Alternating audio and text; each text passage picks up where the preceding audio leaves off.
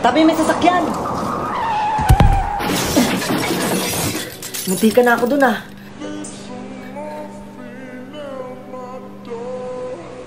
Teka, bakit magkamukha tayo? Sa pagkakaalam ko, wala naman akong kakambal ah. Hindi ko rin alam, wala rin naman akong kakambal eh. Mami, Daddy, siya nga po pala si Alski. Yung kinikwento ko po sa inyo na nagligtas po sa akin. Hello po. Naku iho, tama nga si Marvin.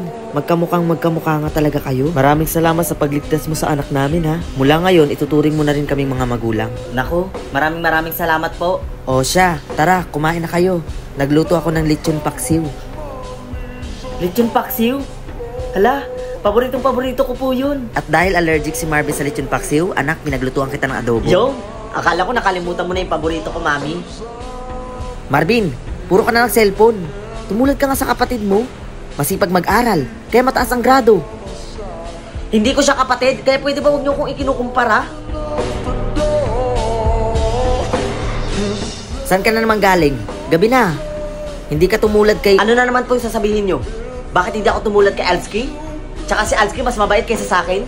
Marvin, wala namang ganong ibig sabihin si Daddy. Manahimik ka? Alam mo, sana hindi na lang kita dinala dito. Kasi simula nung dumating ka, nakalimutan na nila yung tunay nilang anak.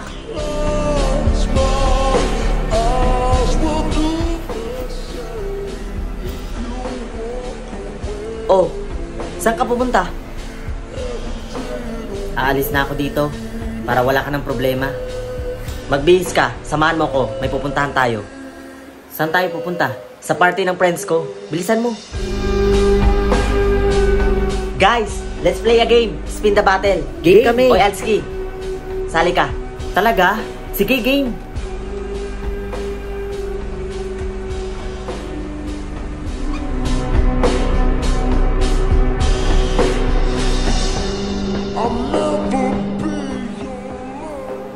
Oh, ikaw na Alski. Truth or dare? Dare. Sige, I dare you na magkulong ka dun sa kwarto sa 3rd floor for 1 hour. Yun lang? Game. Nasaan na yung padlock? Akin na dali. O ito. Pre, bilisan mo, baka may makakita sa atin.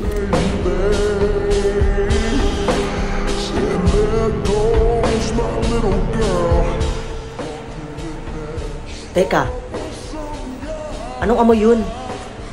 Parang may nasusunog. Umalis na tayo dito, nasusunog yung bahay. Ha? Teka si Alski. Huwag mo nang intindihin yun.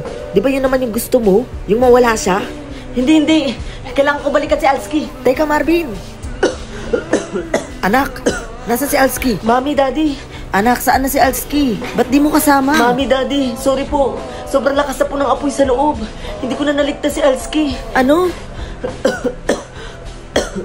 Siguro kung nakaligtas si Alski, marami na namang makakain yun na lechon paksiw.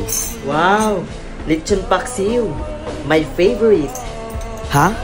Anong paborito? Di ba anak, hindi ka kumakain yan dahil allergic ka dyan?